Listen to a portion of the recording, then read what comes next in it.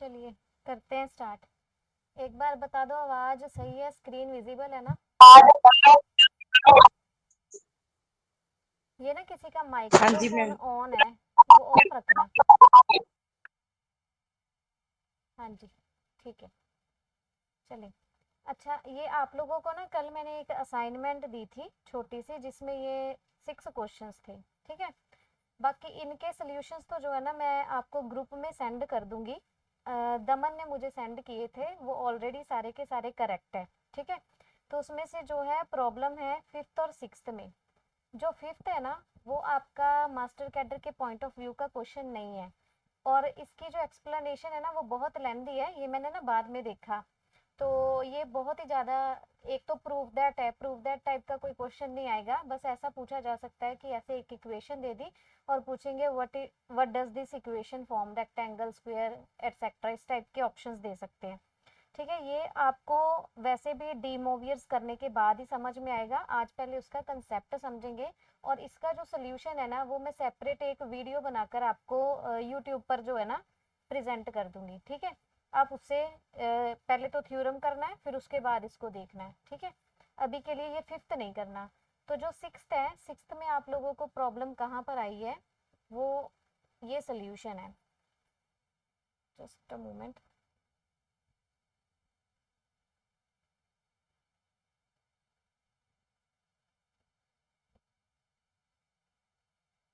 ठीक है। देखना, आप लोगों ने ना यहाँ तक सॉल्व किया। इक्वेशन थी Z square plus mod Z equals to zero. Z को सपोज किया एक्स प्लस एयोटा वाई। ठीक है। तो सब्सटीट्यूट किया, जेड स्क्वेयर में करेंगे तो X plus iota Y square आ जाएगा, और मॉड जेड में करेंगे तो root X square plus Y square equals to zero आ जाएगा। ठीक है। इसके बाद आपने इसका होल स्क्वेयर जो है वो ओपन किया, A square plus B square plus two A B. ठीक है। और ये साथ में जो है एयोटा वाला जो पोर्शन है वो सेपरेट कर लिया, और रियल वाला पार्ट जो है सेपरेट कर लिया। तो इसमें क्या है कि अभी अगर कंपेयर करोगे, ये जीरो को लिख सकते हैं zero plus aorta times zero. Real part को इक्वेट करना और इमेजिनरी पार्ट को इक्वेट करना। ठीक है। एक मिनट।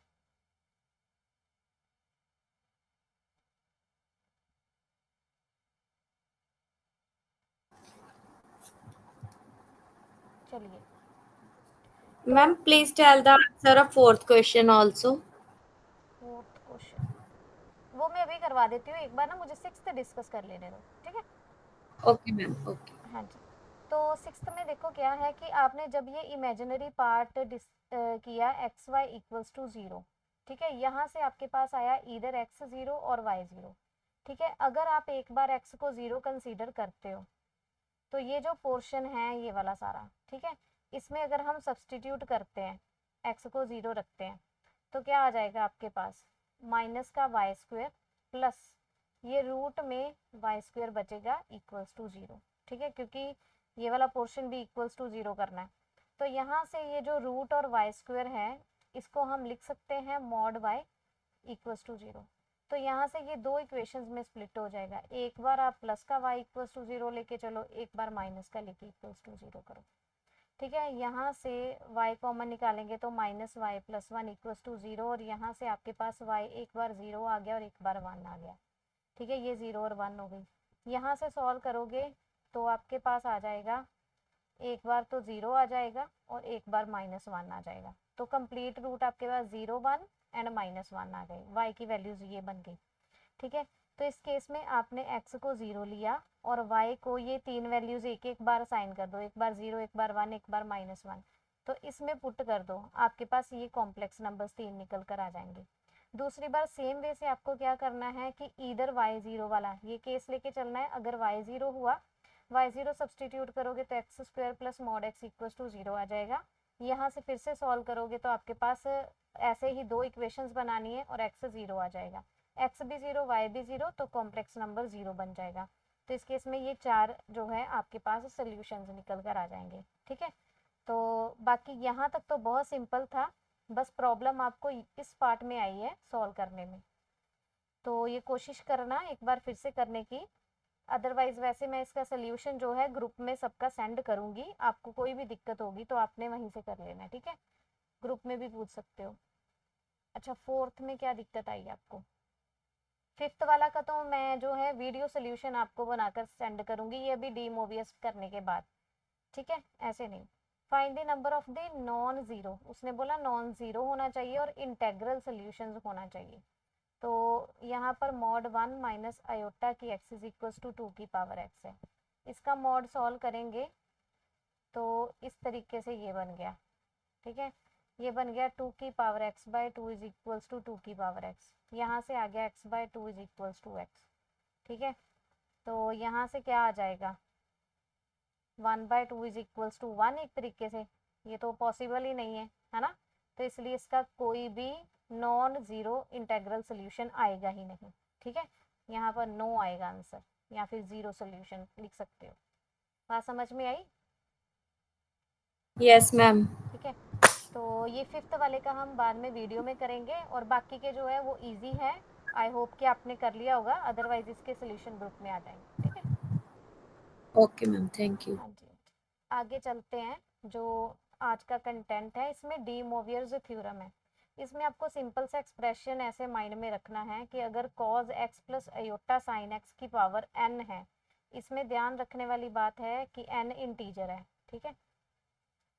तो n इंटीजर है, कंप्लीट इंटीजर, जैसे 1 2 3 4 इस टाइप का, ठीक है, ऐसे इंटीजर है।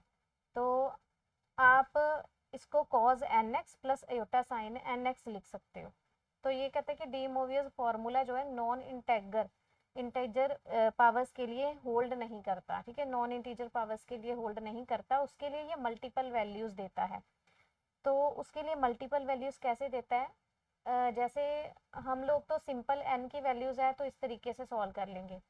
अगर n की वैल्यूज आपके पास कुछ 1/3 2/3 इस टाइप की आ गई, तो उस टाइम पे हम लोगों ने ना सबसे पहले ये थर्ड रूट ऑफ यूनिटी निकालना सीखा हुआ है। तो सिमिलर वे से हम n रूट ऑफ यूनिटी भी निकाल सकते हैं, वहां पर इसकी जो है जनरलाइजेशन आपको मिल जाएगी, ठीक है। तो वो आगे करते हैं कि कैसे है। nth रूट ऑफ यूनिटी की अगर बात करें, आपको मैंने लास्ट क्लास में बताया था क्यूब रूट ऑफ यूनिटी, ठीक है। अब यहाँ पर nth रूट ऑफ यूनिटी यानी कि 1 की पावर कुछ भी हो, यानी कि आपने फोर्थ रूट ऑफ यूनिटी निकालना है। हाँ जी, कोई कुछ पूछ रहा है? आपकी ना आवाज कट के आ रही है, थोड़ा क्लियर नहीं सुन रहा।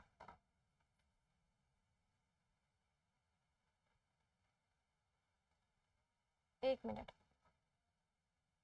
कौन पूछ रहा है, एक बार अपना माइक ऑन करना।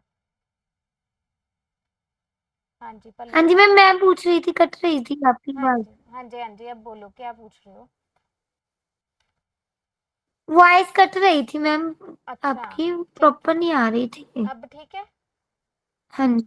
एक मिनट हाँ रुको, जी, हाँ ठीक है। नहीं तो ये कंप्यूटर का ना चार्जिंग खत्म हो जाएगा। चलो, अब देखो, आप लोगों ने ऑलरेडी एक टॉपिक मैंने स्टार्टिंग में पढ़ाया था, जैसे एक दो लेक्चर पहले क्यूब रूट ऑफ यूनिटी निकाला था। अब हम उसको जनरलाइज करने वाले हैं कि फोर्थ रूट ऑफ यूनिटी भी निकाल सकते हैं, फिफ्थ रूट ऑफ यूनिटी भी निकाल सकते हैं, इस तरीके से nth रूट ऑफ यूनिटी भी निकाल सकते हैं, ठीक है। तो जनरल देखते हैं, जैसे x कहता है nth रूट ऑफ यूनिटी है, तो x की power n is equals to 1 होगा। 1 को इस तरीके से लिख सकते हैं 1 प्लस एयोटा टाइम्स 0 करके, तो ये बन गई 1 जो है वो cos 0 डिग्री की वैल्यू हो गई और ये साइन 0 की हो गई, ठीक है। क्योंकि अब इनका साइकिल कितना है 2 पाई का, तो हम इस तरीके से इसको 2k पाई प्लस 0 और साइन को 2k पाई प्लस 0 लिख सकते हैं, ठीक है। तो ये एक्सप्रेशन क्या बन गया, cos 2k pi plus iota sine 2k pi, where k is an integer, k जो है इंटीजर वैल्यू है। तो यहाँ से अब इतना डेप्थ में नहीं जाना क्योंकि ये डायरेक्टली लिखा हुआ है, थोड़ा यहाँ से समझना क्या है कि आपके पास जो है nth रूट किस तरीके का, ये अल्फा जो लिखा हुआ है ना, अल्फा की वैल्यू ये माइंड में रखनी है। जो nth रूट है वो किस तरीके का निकल के आता है, cos 2 pi upon N plus iota sine 2 pi upon N. देखो जनरली मैं आपको समझा देती हूँ कि अल्फा की जो वैल्यू है e की power iota 2 pi upon N आ रही है। ये यहाँ से कंपेयर करके समझ आ रही है, ठीक है। आपको nth रूट अगर निकालने हैं तो फर्स्ट रूट तो 1 हो जाएगा, सेकंड अल्फा हो जाएगा, थर्ड अल्फा का स्क्वायर, उसकी पावर बढ़ाते चलो, ठीक है। ये इसके nth रूट आते जाएंगे। अब मान लो एग्जाम्पल के तौर पर आपको ये फोर्थ रूट ऑफ यूनिटी निकालना है, ठीक है। Fourth root of unity, unity मतलब 1 का फोर्थ रूट अगर निकालना है तो कैसे सॉल्व करोगे? तो एक root alpha is equal to E की power iota 2 pi upon N की वैल्यू कितनी हो जाएगी इस केस में? 4 हो जाएगी। 4 हो गई तो ये कट के आ गया 90, तो ये बन गया ई की एयोटा पाई बाय 2, ठीक है। तो ये एयोटा आ गया। बोलो ये समझ में आया? फर्स्ट रूट मैंने अभी आपको इसका कैलकुलेट करके बताया कि जैसे मैंने फोर्थ रूट निकालना है यूनिटी का, तो जनरली फॉर्मूला क्या है रूट का? Alpha is equal to E की power iota 2 pi over N. Fourth निकालना है तो एन की वैल्यू यहाँ पर 4 सब्सटीट्यूट कर दी, तो बन गया ई की पावर एयोटा पाई बाय 2, ठीक है। यहाँ से कैलकुलेट किया, ये सॉल्व करना आता है ना, cos pi by 2 plus iota sine by 2, यहाँ से एयोटा आ गया, ठीक है। एक रूट मिल गया। अब आपको फोर्थ रूट है तो 4 रूट्स निकालने हैं, तो फर्स्ट वाला तो 1 बन जाएगा, सेकंड वाला क्या बनेगा? अल्फा, अल्फा आया है एयोटा, फिर अल्फा का स्क्वायर, फिर अल्फा का क्यूब। आपके पास ये 4 रूट ऑफ यूनिटी आ जाएंगे। एक आ गया 1, एक iota, iota square -1, iota cube आ गया आपके पास माइनस का एयोटा, ठीक है। तो ये आपके 4 रूट्स आ गए। बोलो बात क्लियर है? फोर्थ रूट कैसे निकाला? मैम लास्ट स्टेप एक्सप्लेन कर दो। कौन सा वाला जिसमें मैंने? Iota pi by 2 is equals to 0 plus अच्छा आयोटा 1। वो देखो ना, आपने ये फॉर्मूला किया था ई की एयोटा थीटा किसके इक्वल है? Cos theta plus iota sine theta, हाँ ठीक है। जी। तो यहाँ पर थीटा कितना है? पाई by 2, cos pi by 2 plus iota sine pi by 2 हो गया। कॉस ओके 90 ओके और साइन 90 की वैल्यू पुट कर दी, तो वो 0 प्लस ठीक। एयोटा, ठीक है। Thank you. हाँ तो जी। हाँ जी, तो यहाँ पर अगर nth रूट ऑफ यूनिटी निकालना है तो वो क्या आएगा? अल्फा की पावर, और पावर कहाँ तक जाएगी? पहले 0 लोगे, फिर 1 to Son up to n-1 तक, ठीक है। एक मिनट,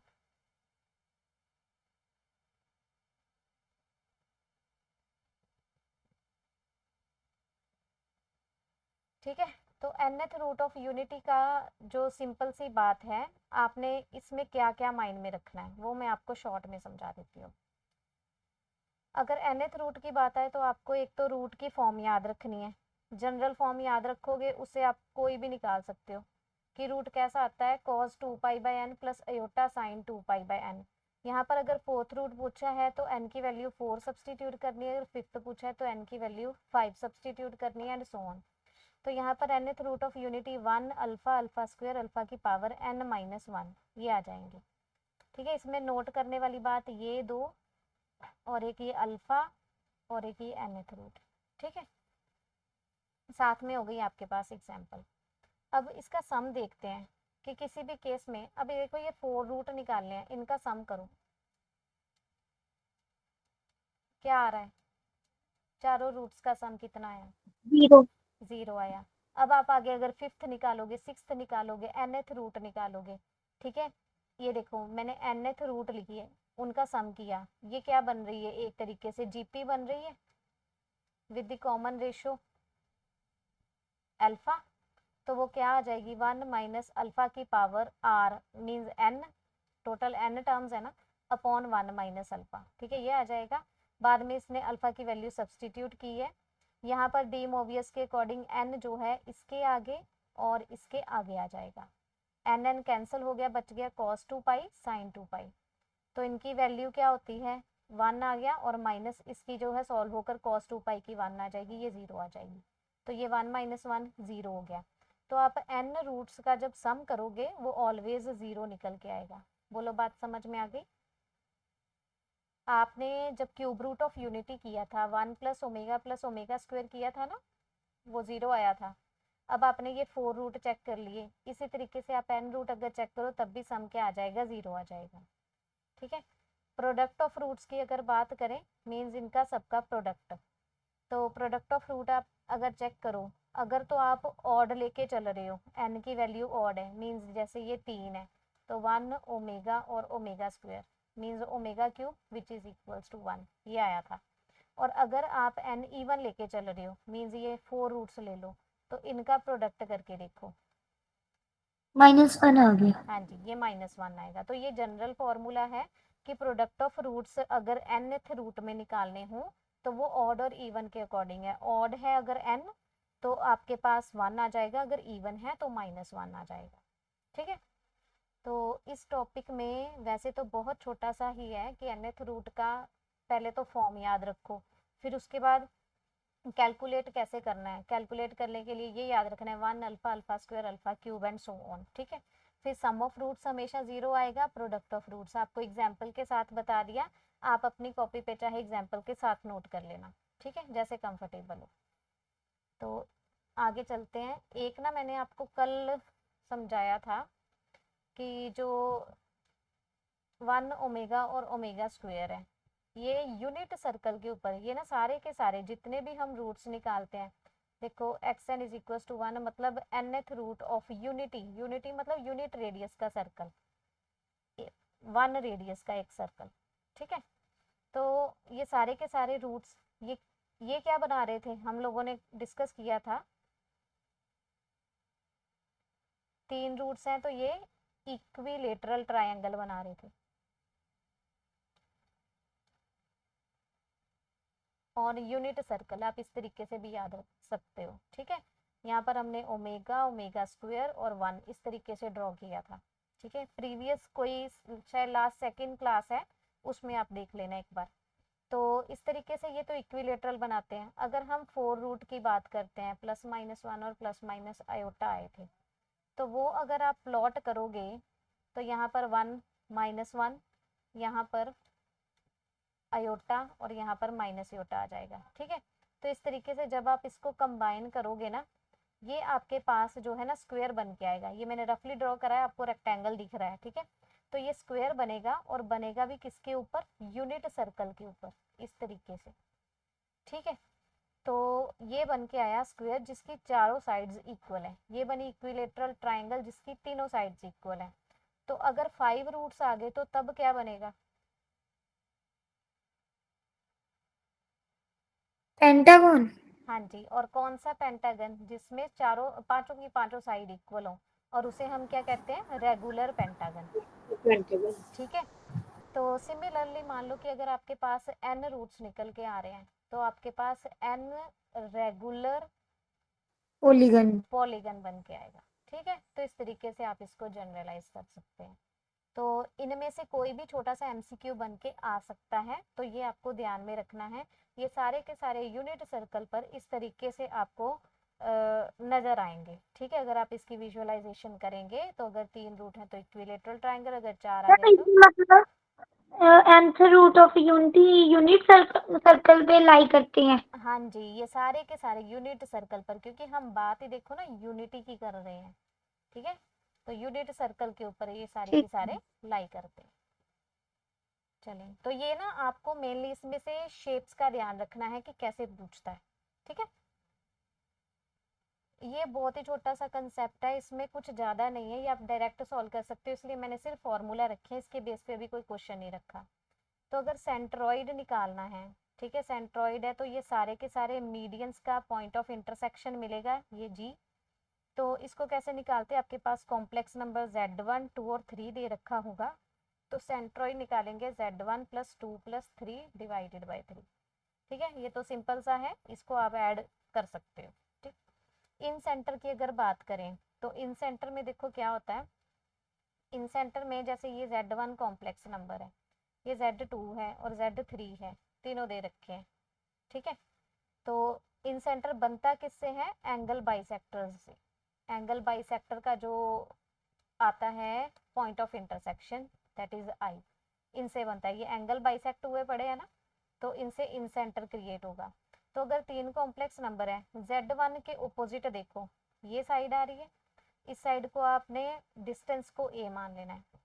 Z2 के ऑपोजिट देखो, ये डिस्टेंस आपके पास b आ रहा है, Z3 के देखो ये डिस्टेंस आपके पास c आ रहा है।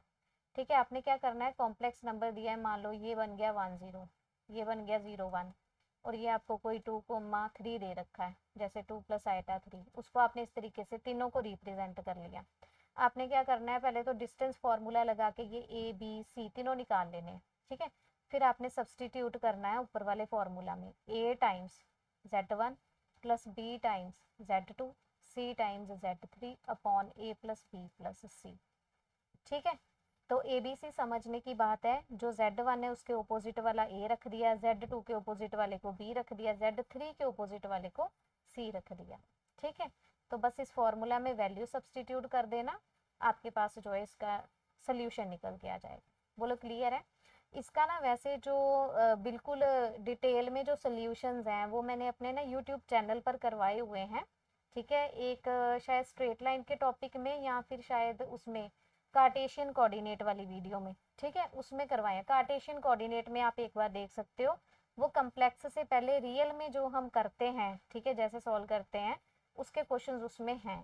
ठीक है, अदरवाइज अभी के लिए आप सिर्फ फॉर्मूला माइंड में रख लो, ये कुछ नहीं है, फॉर्मूला में जस्ट वैल्यू सब्सटीट्यूट करनी है, ये तो आप इजीली कर सकते हो। ठीक है, अब ये ऑर्थो सेंटर है, ये कभी भी नहीं आएगा, इसका सिर्फ आपने एक्सप्रेशन माइंड में रखना है। ऑर्थो सेंटर एल्टीट्यूड्स से बनता है, एल्टीट्यूड्स की जो इंटरसेक्शन पॉइंट है वो ऑर्थो सेंटर है, उसमें सिर्फ आपने इतना याद रखना है, ये 3 कॉम्प्लेक्स नंबर दे रखे हैं आपको। ठीक है, Z1 के साथ आपने tangent of angle at A, Z2 के साथ tangent of angle at B and Z3 के साथ टेंजेंट ऑफ सी बनाना है। नीचे तीनों का tangent of A plus tangent of B plus tangent of C करना है। ठीक है, ये आएगा नहीं, वैसे इग्नोर भी कर सकते हो। ठीक है, ये मैंने वैसे ही आपको बता दिया, इसका सिर्फ फॉर्मूला आएगा, क्वेश्चन नहीं आएगा।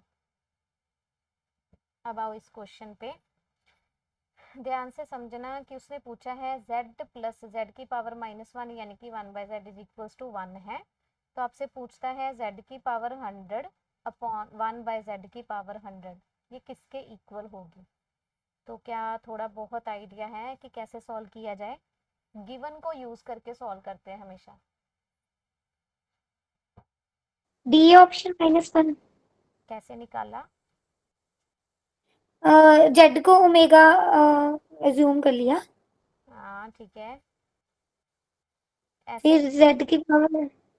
ठीक है, थोड़ा बहुत ठीक है, लेकिन ना जैसे इसकी इक्वेशन बनेगी, ऐसे सॉल्व किया पहले मल्टीप्लाई करके, तो ये z² minus Z plus 1 equals to 0 बन गया। ठीक है, तो यहाँ से कैसे सॉल्व होगा बताओ? यहाँ से हम z की value -b plus minus √b² minus 4ac upon 2a लिखते हैं, तो यहाँ से आपके पास क्या आया, √3 आयोटा अपॉन 2। अब आप याद करो, स्टार्टिंग में मैंने जब आपको क्यूब रूट ऑफ यूनिटी बताए थे, वो क्या निकल के आए थे, -1 प्लस माइनस √3 आयोटा बाय 2, ये आए थे। तो इसमें आगे माइनस नहीं आ रहा, अगर इसको हम ओमेगा ले रहे हैं, ठीक है, माइनस ओमेगा है। हाँ जी, तो इसको हम क्या लेंगे, माइनस का ओमेगा, ये माइनस का ओमेगा हो गया, ये माइनस के ओमेगा का स्क्वायर हो गया। बात समझ में आई? इसमें सिर्फ माइनस का फर्क है, ये क्यूब रूट ऑफ यूनिटी है, यहाँ पर माइनस नहीं है, तो इसलिए यहाँ से माइनस एक तरीके से कॉमन निकाल के इसको ओमेगा ले लिया, और माइनस कॉमन निकाल के इसको ओमेगा स्क्वायर ले लिया। तो ये आपके पास दो, आपके पास जो है इसके रूट्स निकल कर आ रहे हैं। तो अब z में अगर मैं सब्सटीट्यूट करूँ माइनस ओमेगा माइनस z की पावर कितनी है, 100, इसमें सब्सटीट्यूट करते हैं।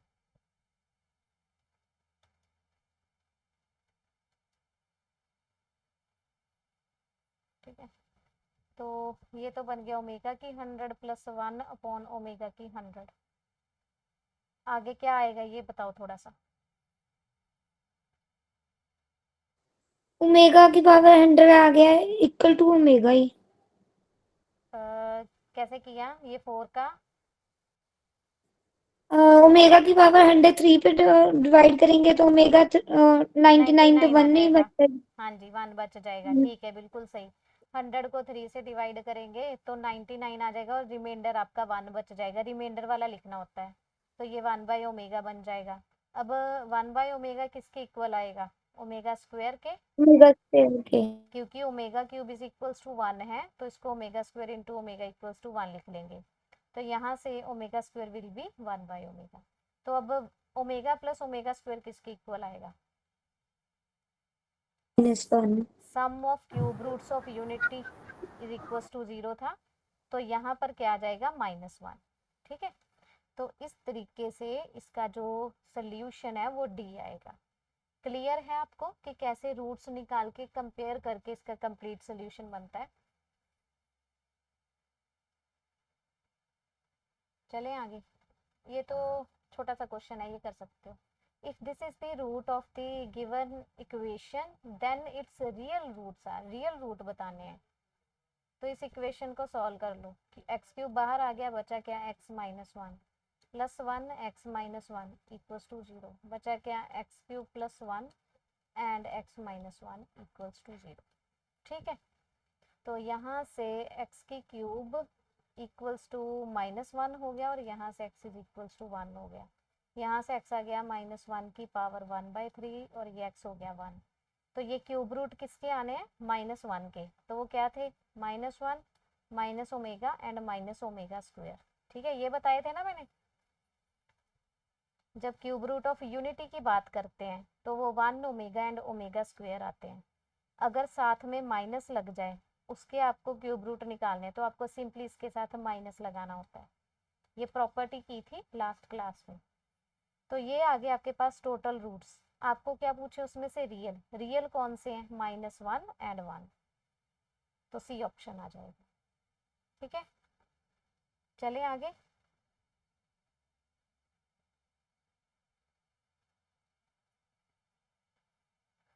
इस क्वेश्चन को करने का तरीका क्या है?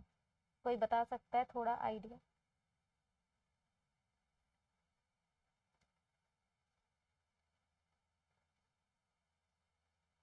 नहीं तो देखो, इसको समझ लो, ऐसे क्वेश्चंस मोस्टली पूछे जाएंगे। ये सेपरेट किया मैंने।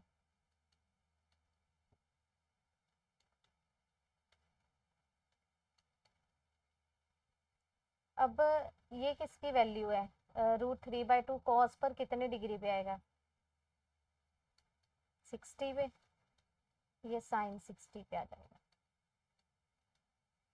ये हो गई पावर 6। अब डी मोवियस के अकॉर्डिंग ये आगे आ जाएगा। ठीक है, तो ये बन जाएगा cos 6π/3 and plus iota sine 6π/3। ठीक है, यानी कि 2π cos 2π प्लस अयोटा साइन 2π। ये 1 आ गया और ये 0 आ गया, मीन्स इसका तो 1 आ गया। ठीक है, अब बचा ये वाला। इसको कैसे करेंगे? हमें याद रखना कि डी मोवियस कहाँ पर अप्लाई करते हैं? cos theta plus iota sine theta. Iota के साथ साइन थीटा रहता है।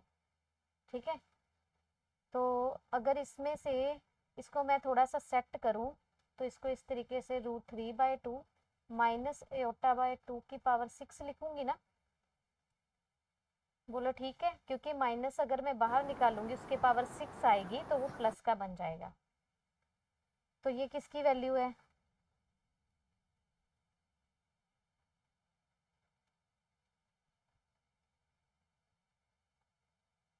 ठीक है, सेम वे से ऐसे आ जाएगा और इसकी भी वैल्यू जो है ऊपर पावर 6 है तो पावर इसके आगे आएगी। यही एक्सप्रेशन बनेगा विद माइनस साइन, यहाँ पर माइनस आ जाएगा। तो क्या फ़र्क पड़ेगा? 1 माइनस योटा टाइम 0, ये तो 1 ही आ जाएगा। 1 आ गया। दोनों के बीच में क्या है? अब आगे प्लस है, तो प्लस करोगे तो आपके पास कंप्लीट आंसर क्या आ जाएगा? 2 आ जाएगा। ठीक है, तो ऑप्शन सी इसमें करेक्ट हो जाएगी। बोलो, एक बात सुनो, ये किसका माइक है? माइक ऑफ कर लो। मैम आपने हाँ जी हाँ जी, बोलो, पूछना है कुछ? √3/2 को cos π/3 कैसे लिखा? 5/6 नहीं आएगा 1 मिनट रुकना। सेकंड पार्ट में? कौन सा? √3/2 को हाँ जी, cos π/3 लिखा है आपने। cos 60, अच्छा ठीक है, वो π/6 आना है ना, तो इधर भी तो फिर π/6 हाँ आना जी है। मैम। ठीक है, ये कट के पाई आएगा, फिर ये बाय मिस्टेक है, तो सब में कट के पाई बन जाएगा, तो यहाँ पर पाई आएगा, यहाँ पर पाई आएगा, तो फिर आपके पास क्या आ जाएगा, ये -1 आ जाएगा। ठीक है, यहाँ पर भी -1 आ जाएगा, -1 एंड +1 प्लस -1 यानी कि -2 आएगा। ठीक है, करेक्ट है, ऑप्शन ए आएगी आपकी। ऑप्शन ए आई है क्या?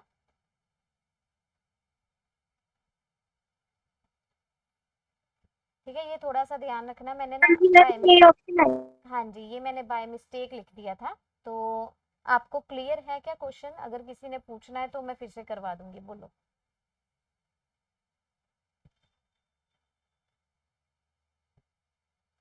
चले आगे फिर।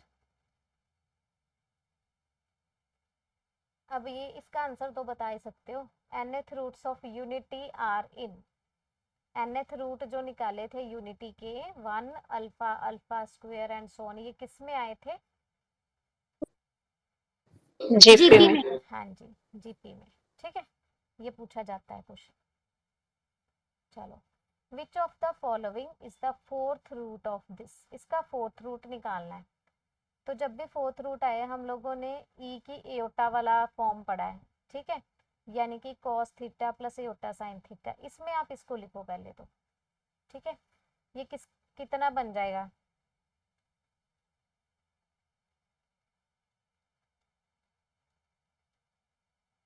ये सही है। ठीक है, इसका क्या निकालना है? फोर्थ रूट निकालना है,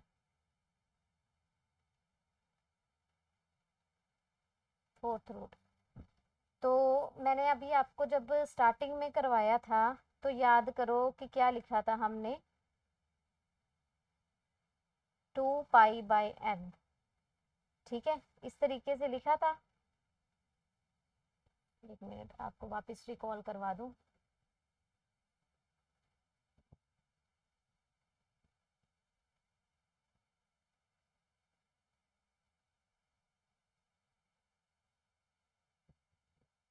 थोड़ा सा ना कनेक्शन वीक आ रहा है आज। ये देखो, मैंने आपको यहाँ पर alpha is equals to E की पावर एयोटा 2π/n ये जनरल फॉर्म बताई थी। ठीक है, आप इसकी हेल्प से कर सकते हो। वैसे अब तक तो कईयों ने आंसर भी सॉल्व कर लिया होगा। ठीक है, ई की power D option. D option कैसे किया, इसका क्या बना? C option.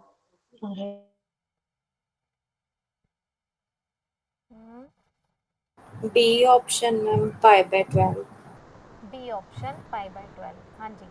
देखो, ये जो है इनसाइड आ जाएगा ना इसके साथ मल्टीप्लाई होने, तो ये तो बन गया इस तरीके से।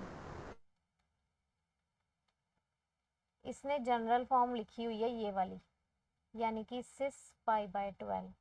एक तो ये हो गया। फोर्थ रूट ऑफ यूनिटी के लिए मैंने आपको बताया था कि एक निकाल लो, वैसे उसने डायरेक्ट ही फोर्थ पूछा है, तो मैंने पावर ही 1/4 जो है वो रेज कर दी है। ठीक है, मल्टीपल रूट्स आएंगे, मल्टीपल रूट्स मीन्स कि इस तरीके से आएंगे।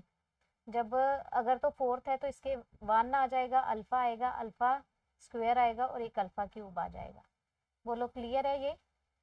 ठीक है, यहाँ पर एन की वैल्यू अगर 4 सब्सटीट्यूट कर लोगे, ई की एयोटा 2π/4 कर दोगे, तो ये ई की एयोटा π/2 आ जाएगा। ठीक है, इस तरीके से आपके पास एक रूट निकल के आ जाएगा। बाकी के रूट क्या हो जाएंगे? एक तो 1 आएगा, एक ये जो आपके पास रूट निकल के आएगा अल्फा। ठीक है, फिर अल्फा स्क्वायर और अल्फा क्यूब, और वो यही निकल आएगा जनरल फॉर्म, क्योंकि क्वेश्चन में इस तरीके से दे रखी है आंसर में, तो आपको इस तरीके से सॉल्व करना चाहिए। ठीक है, ऐसे तो अलग अलग निकाल के बैठ जाओगे और ऑप्शन में मैच नहीं करना आएगा। तो इस फॉर्म में आंसर है, तो इस फॉर्म में मैंने आपको बता दिया, ऑप्शन बी करेक्ट आएगा। ठीक है, डीम ओबियस की एप्लीकेशन है, कुछ क्वेश्चंस आपको मिल जाएंगे, आप प्रैक्टिस कर लेना। ये मोस्ट इम्पॉर्टेंट कॉन्सेप्ट है। ठीक है, इसका इसी तरीके से मिनिमम का क्वेश्चन ही पेपर में आएगा। ठीक है, मिनिमम वैल्यू निकालनी है, ऐसे आपको दो कॉम्प्लेक्स नंबर्स ऐड करके दे दिए जाएंगे।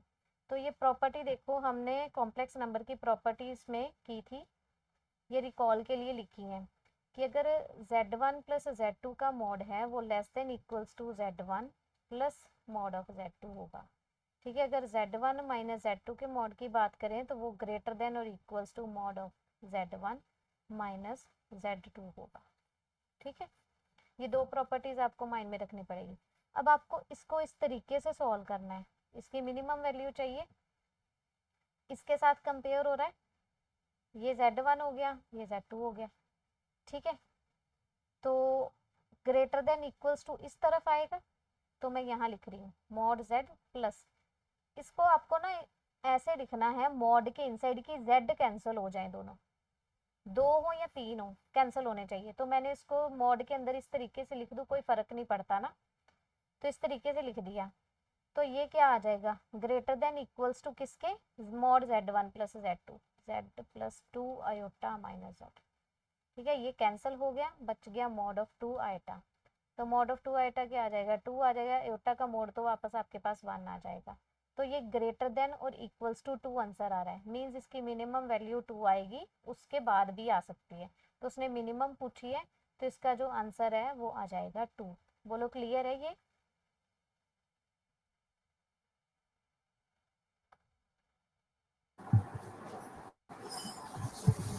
डाउट है? Ma'am 1 minute. ठीक है, एक बार देख लो, कोई बात नहीं। ऐसा एक क्वेश्चन मैं अभी और करवा रही हूँ, आगे वाले में शायद आपको क्लियर हो जाए। आप ये देखो ना, ये साइड दे रखी है, आपको इस पर पहुंचना है। क्लियर है मैम। ठीक, आगे चलो। ये तीन कॉम्प्लेक्स नंबर्स दे दिए, तो ये ग्रेटर देन इक्वल्स टू, ठीक है, कैसे करेंगे कि ये z कैंसिल हो जाए, इसको चेंज कर लेंगे बीच में। ठीक है, तो पहले मैं इसको लिख दूँ, इसको मॉड z ही रहने दूंगी, इसको z माइनस 1 और इसको चेंज कर देती हूँ ऐसे, ताकि सारे z कट जाएं। तो ये plus z minus 1 plus 3 minus 2z आ जाएगा। यहाँ से ये z सारे कट गए, ग्रेटर देन इक्वल्स टू 2 आ जाएगा, तो 2 का मॉड तो 2 ही आ जाएगा। किसकी मिनिमम वैल्यू क्या आएगी, 2 आ जाएगी। ठीक है, ये पेपर में मिनिमम का क्वेश्चन ही मैक्सिमम पूछेगा। तो वैसे तो जितनी बार पेपर हुआ यही इसी तरीके का क्वेश्चन आया, जिसमें ये दो ही होते हैं एक्सप्रेशंस। ठीक है, ये तीन वाला फिर भी आपको एक और बता दिया कि आपको कैसे z को एडजस्ट करना है और वैल्यू जो है वो निकाल लेनी। ठीक है जी, अगर मान लो इसके बेस पर आया, कहाँ गया, इसके बेस पर, तो इसके बेस पर मैक्सिमम पूछेगा। ठीक है, इसके बेस पर वो मैक्सिमम पूछेगा। इसी तरीके से आपको z को एडजस्ट करके इस इनइक्वालिटी में सब्सटीट्यूट करके सॉल्व कर लेना। तो वैसे तो इसका क्वेश्चन अभी तक नहीं आया, फर्स्ट वाली का ही हमेशा आता है। ठीक है, बाकी वैसे अगर कोई मिला तो मैं आपको सेंड कर दूंगी। ठीक है जी, तो आज का, हाँ, आज का जो है ये सारा का सारा कॉम्प्लेक्स नंबर का कंसेप्ट यहाँ तक कंप्लीट हो चुका है। आपका जो कॉम्प्लेक्स नंबर्स का सारा ही पोर्शन कंप्लीट हो गया है। इसके बाद आपके पास बचता है क्वाड्रेटिक इक्वेशंस, जो इसके साथ कंबाइन है। ठीक है, वो मैं आपको नेक्स्ट क्लास में करवा दूंगी, वो शायद 1 या 2 दिन का ही काम है। ठीक है, तो अब आप क्लास लीव कर सकते हो।